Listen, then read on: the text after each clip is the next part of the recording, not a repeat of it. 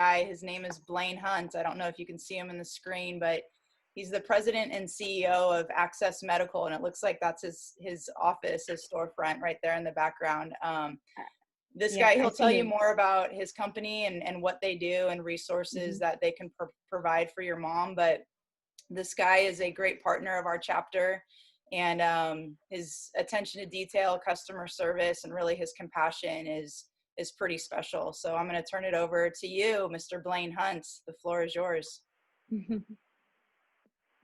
He's muted. And we can't hear you, bud. I was just testing to make sure you guys were paying attention. Hey, Blaine. Hi, nice to meet you. Remind me of your first name. Yesha. Yesha. Mm-hmm. Nice to meet you, Yesha. Same And here, yeah. sorry to hear about your mom, and what a transition and what a challenge. And our heart goes out to you guys and your family, and especially your mom. Thank you. Today when I talk, you'll hear a little bit about, you'll be blown away at what we can still do to help your mom be comfortable and be safe and even more functional than you could even imagine. So what we do is not a miracle drug, but it seems like it and feels like it sometimes, because the difference it can make when it's done correctly. So I am Blaine Hunt. I am the founder and the current CEO of Access Medical, and we are a specialty medical practice, if you will. We hold all the licensure and medical credentials to bill insurance to help patients with mobility and ambulation and assistive technology to deal with catastrophic situations. So we're anxious to do it correctly. And there's, like any medical practice, the longer you do it, the more you learn, the better you become. And we are constantly looking for ways to do things more correctly and to do them more quickly, more accurately, so that everyone that we encounter and everyone that we impact have as positive an experience as possible. So to give you a little history, I studied pre-med and I was going to be a medical doctor. That was the plan. I was doing whatever it took to get the grades I needed to move through pre-med. And I did study a rehab science degree, which I graduated with. And that was a wonderful experience. And right as I was preparing for medical school, my sister, who's disabled, she can walk. And when she was born, she suffered anoxia, couldn't breathe for a long time. And so she suffered brain damage. And she also had some challenges with her ankles. Her ankles were inverted. There was a little bit of a birth defect there. And with surgery and braces, she was able to walk. And she does love, food is her comfort. And so there have been times where she's needed a power chair for short periods of time, or a manual wheelchair. And when I was growing up, I watched healthcare providers come in, and often they were blue collar, uneducated, and they were trying to sell her medical products so that they could have a sale and, make money off my sister. And it bothered me. And I was the younger brother, and I was the protector of the family. And so it just didn't set well with me. I felt these people don't know what they're doing and they don't care about my sister. And when they would bring something, it didn't fit, it didn't meet her needs, and they didn't care. So that was my first experience learning about assistive technology as an adolescent in my home growing up. Later, as I got older, my sister would bring her friends to my house and ask me to fix their wheelchairs because I was mechanically inclined. And so as a teenager, I would take the engine out of my car and fix my transmission. And she saw me doing that. And she said, well, if he can fix that car, he can fix this wheelchair. And so I learned at a young age that a patient's seat matters. The seat depth needs to be correct. The width of the chair needs to be right. The armrest height needs to be perfect. It has to be really comfortable for them. And so as a young man, I was wrenching on wheelchairs, trying to make people more comfortable, just out of the goodness more of my sister's heart and me doing whatever she told me to do, because a good brother will do what your sister says, right? So as I'm heading to med school, or dental school, I was considering both options.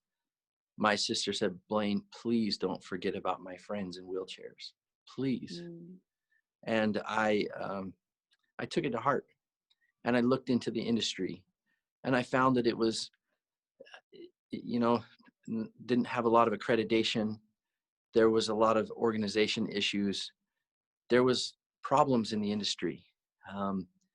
And I felt I could make a bigger difference if I created a medical practice approach of custom wheelchairs instead of becoming a medical doctor. And so in 2006, Access Medical was born with the mission to provide a complete solution for patients with disabilities on the medical equipment side. And since then, we've grown. It's been 16 years. We're now the single largest independent wheelchair provider in California. We're also in Hawaii. We're in Guam and Saipan, the Mariana Islands, which is in between Japan and Australia. That's a US territory that was very underserved. And when we found out that they were having serious problems, it was kind of an area of the world that we were able to go and give back. And it's been a phenomenal experience, and it's influenced the way we provide custom wheelchairs in California. It almost improved us to go far away and then to come back and serve more locally here. So Keith mentioned that there are specialty controls that can help patients move a power wheelchair when they're not able to move their hands or their feet. There are alternative drives where you can drive with your mouth, you can drive with your chin, you can drive with your head or your neck or with your foot. There are all kinds of things that can be done. And a custom evaluation where we just sit with the patient and the family and the caregivers. We can assess what drive or what option is very best. And we often do that in a clinic setting with a therapist. And then we get all those things signed off by a doctor, and then insurance reviews everything and it gets approved. And then we can bring the product, fit it to the patient. And then all of a sudden they go from being stuck in their bed or waiting for somebody else to do something for them because they can't do it, to all of a sudden a significant increase of function on their own. Gravity is not kind to patients when we're sitting in the same chair or when we're lying in the bed too long. We can develop pressure sores. We have all kinds of impacts on our spine and our respiration and our skin, and just even pain levels if we're not moving. As humans, we are supposed to move. We need to be dynamic. We need to move. And if we can't move for ourselves, we need assistive technology, custom seating, and dynamic seating to move for us. So behind me, you'll see some complex wheelchairs, some custom wheelchairs. And you better believe that this house walks with ALS, right? So here we have backrests and cushions and leg rests that are tailored to fit a patient, and they're not one size fits all. We order it just like you would a tailored suit. So we measure the patient and then we order it specific. But some of the things that the chair can do is, if you watch the backrest, it's dynamic. See, it's reclining back. I don't know if you can tell that in the video. Yeah, I can But see. it'll recline back like a bed. And the legs can come up for, we have circulation in our lower extremities. Our heart pumps the blood down to our ankles, and it's sometimes hard for our heart to pump it back up.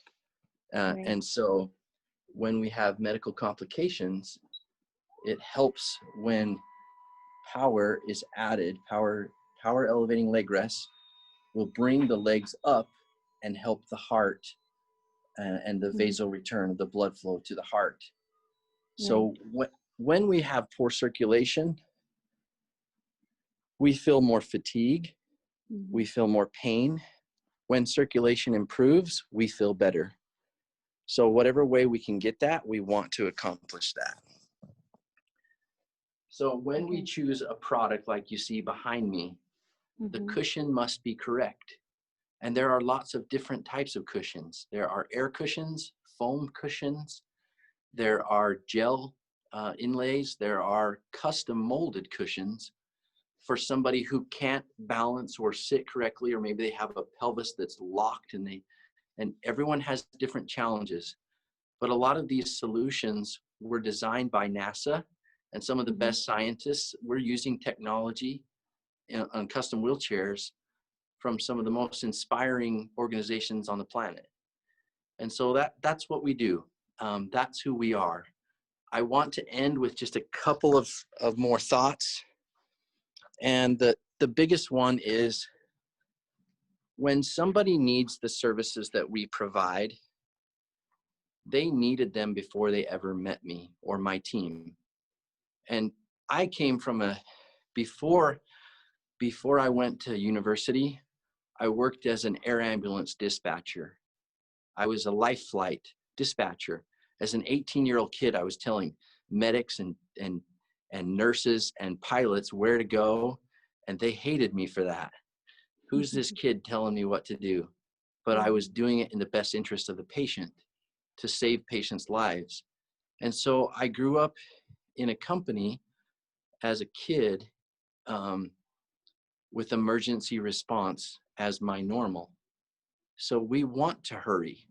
We want to get it done, and we want to get it done right. So Access Medical's special sauce, if you will, our gift to the community for those who need what we do, is we're very timely. We believe that we should get it done because those who needed it, those who need us, needed it long before they met us. Like your mom, she needs this. Keith's already mentioning it, right? You heard him talking, hey, well, hang on, there's something we can do. Well, your mom needed it way before this call today, but now you know about it. And now there's something we can do about it. But because she's already needed it, we need to move quickly and make her comfortable as soon as possible. So timeliness is everything. But you know what happens if you rush so fast that it doesn't fit? Then you hurt the patient. Then at delivery, the product doesn't meet their needs. And instead of helping their life, you've created another pain point. So it's very important that the equipment fits, that it matches, that it functions well for the patient. And that is us. That's our secret sauce. That's what we do. We do it quickly and we do it accurately. The last thing I'm going to say is the work begins at delivery. Some providers have been known to think that the work is done once you drop the wheelchair off. But to us, we're just getting started. And if patients will let us, we will call them every 3 months, not to solicit them, but to check in. How are you? How is your wheelchair? Do you need any adjustments? Is everything okay? Has anything changed? And if we are told that we can't use that joystick anymore, we can come out and try a different one. And so the quarterly checkup call allows us to make sure that patients totally have everything they need. We're not calling to solicit, we're calling to check in. And because we're a healthcare provider with that type of mindset, we're just checking in on our patients and our families. And we believe that that is a huge service to the community and to the family. One other company I own, and I'll take just a quick blurb on that, is a company called At Home Medical. And we have 4 locations in California. At Home Medical is a retail store where we have every little medical product you could ever imagine. If you need masks or hand sanitizer, or if you need a blood pressure monitor or a blood glucose monitor, any type of medical product, those are available to patients and families. Unfortunately, not through insurance, but through cash, they are available. But those are a couple of the things that we're working on, some of our projects. And if anyone has any questions, I'm here to answer those. If not, it was an absolute honor to talk today. And Yeah. Thank you, Blaine. It was really interesting learning the story that you had about your sister and everything. Like, I would say definitely I mean, if I'm speaking on behalf of everyone, like we could relate like somewhere, right? Um, this seems very interesting to me because as you said, like my mother needed this way before than ever, right? And the problem with her is that she also has this, like her neck is very weak, like it keeps falling down. Do you have any kind of adjustments in this kind of wheelchair where like because our caretaker, she has to hold her up sometimes like this. And then we have tried different types of those things that you can put in the neck where she wouldn't drop her head, but sometimes those are so uncomfortable. They work, they don't work, sometimes there are cushion ones that are like, so okay, would that hold her head up? this headrest is a standard headrest, and Mm-hmm. this would not hold her head up. It would help when the chair tilts back for pressure relief, Mm-hmm. but there are Mm-hmm. special headrests that do put a little bit of support on the front to prevent the head from dropping. Okay. And so in your mom's case, just from briefly hearing about her, she would probably benefit more from a drive here, a chin Mm-hmm. drive, and then have support for the head drop and the back of the headrest as well. So it's all in the right type of headrest. And Okay. if we fit her right, then we can maintain her function. And then we choose which way she drives the chair. Keith Mm-hmm. might tell you that there's even a method of driving a chair through a straw, through breathing, through Oh a wow. sip and puff system. So you can push on a straw or suck on a straw and the chair will move. Okay. The biggest thing about movement is the gift of motion is an amazing thing. We are designed to move, and we as human beings, we get depressed if we don't move, Mm-hmm. and we need to move. And so sometimes we can't move by ourselves, and the medical equipment can do it for us. But even more than just moving or driving a power chair, changing the seating, Mm-hmm. and having your mom be able to do that by herself, pushing the right button to where she can recline or bring her legs up, Yes. Yes. that is so important for her. That definitely is. Where are you located in San Diego? Are you in San Diego? Yeah, we have 2 locations in San Diego County. Mm-hmm. Our corporate office is in Carlsbad, and then we have another location on Convoy right there. Okay. So we Yeah, my have, brother stays in Carlsbad, so that's Good. something. Yeah, that's closer. One more thing that I can think of. Sorry, I this just like came to my mind. Do you ever go to patients' home, like if needed, or like if they're comfortable trying the chair or not, like or do they always have to come to your office to for that kind of adjustment and see if the chair is right for them? we see patients via telemedicine through technology Mm-hmm. like what you and I are using right now. We see Mm-hmm. patients in their home. We are certified and regulated through the Joint Commission, same accrediting body for hospitals, and they train us for disease control with masks and gloves and protective gowns to protect patients so that we can go into their home and let Mm-hmm. them try the product in their home environment where they're going to use it. Okay. So Yeah, we do that's that all the important. time. That's standard for Okay. us. That's definitely important. And do you work with any patients that doesn't have insurance, like, or do they have to have insurance for this kind They of don't care? they don't have to have insurance, and there are price points for the products that we provide. Mm-hmm. They're on the expensive side because they're custom, but there's always a way. And Keith and I helped a patient just last week that insurance wasn't going to work out. And between Mm-hmm. him and I, the patient paid nothing and got everything that they needed. And that's why this association the ALS Association is so special. So Mm. yeah, you're going to be okay one way or the other. We can help one way or the other. And Yeah, Deisha, we